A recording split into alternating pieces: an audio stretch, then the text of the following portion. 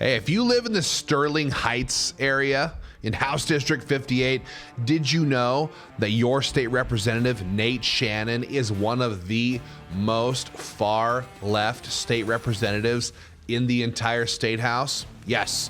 I'm Ben Dorr, Executive Director with the Michigan Firearms Association, and you have a choice to make on November 5th, and I'm going to break it down for you right now. At least I've come to tell you the truth about your state representative, the truth he's trying to hide as we speak. We're talking about Nate Shannon, again, state representative, House District 58.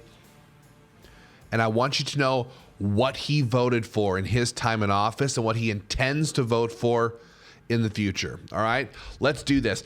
Check this out. First thing you need to know about Nate Shannon is that he voted yes on the gun registration universal background checks bill that passed in 2023. That was House Bill 4138. You can check it out for yourself if you'd like. He voted for this, and then now he's pretending that he didn't. If you go on his website, you see the issues, you see all the things he brags about that he did in his time in office. He's not talking about the gun control that he voted for and on the issues that he considers to be important. He's not even bringing up gun control. He's talking about firefighters now. This is a guy who voted for the most extreme gun control in Michigan history, and now he's hoping that the voters in House District 58 don't remember. But we remember. Here we go. So he voted for the gun registration bill, and you know who's not going to register their guns? Criminals. They're not going to register their guns. You know who's not going to go through a background check to buy a gun? A criminal.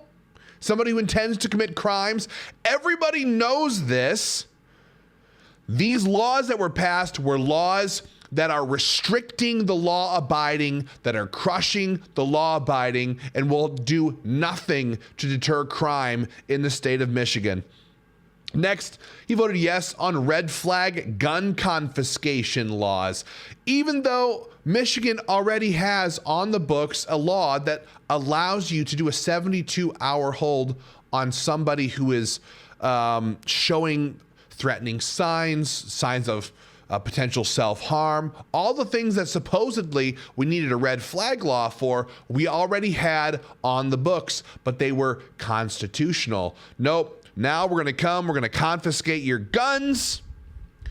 We're going to do all of this unconstitutionally, and that is what Nate Shannon voted on.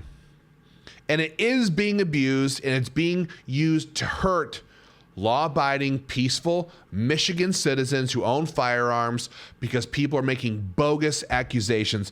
Then, well, that would be House Bill 4145. We'll put that on the list right here. Then he went and voted for forced gun lockups like only a tyrant would. Yep, forced gun lockups. Every single gun has to be in a safe at all times. This is what Nate Shannon thought was a smart law. You know who's not locking their guns in safes? Criminals. You know who's not putting their guns in a safe? Those who intend to commit crimes. You know who are putting their guns in safes against their will? Law-abiding citizens.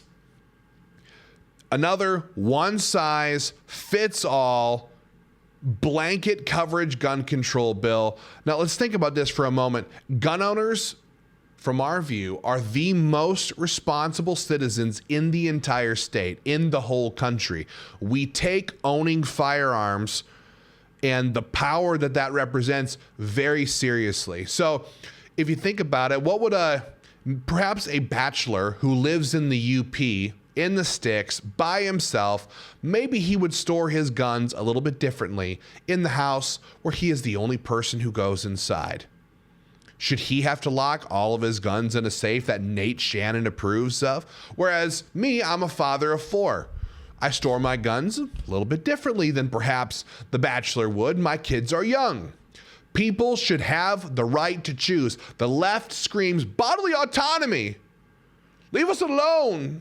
Let us have our choice, right? They scream these things from the mountaintop, and then they go and they pass things like mandated firearm storage laws. Absolutely ridiculous. Nate Shannon was the deciding vote to get this law across the finish line. And now, if he gets to go back, by the way, that bill was House Bill 4139. You can look that one up as well. If he goes back, he will absolutely vote for the AR-15 ban. They call it an assault rifle ban. It's not an assault rifle ban. It's a ban on hundreds of different commonly owned hunting rifles, sporting rifles, self-defense rifles, including the AR-15 and many, many more. He will vote for this if the radical left can expand their voting block in the Michigan House. Right now, they only have a 2-vote majority. Not very much. It was enough to get through the gun registration bill that Nate Shannon helped pass and the red flag law bill, but it's not yet enough to pass a ban on our rifles. That's what they're going for. And House District 58 is a tremendous swing district. Okay? That's why I'm asking everybody, take this information, go out to the polls, bring your friends, bring your family, and vote in favor of the Constitution. Vote in favor of the Second Amendment. Vote in favor of public safety and having the ability to protect yourself, your family, your neighbors, your friends, your community in ways that you know are best.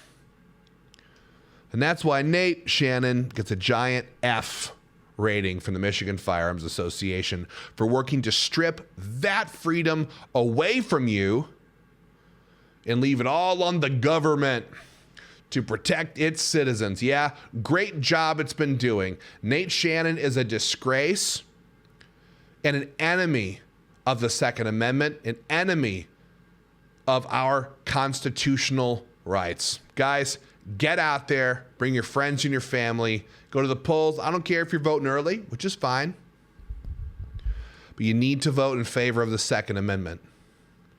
You need to vote for freedom. We need to take our state back. Get it done.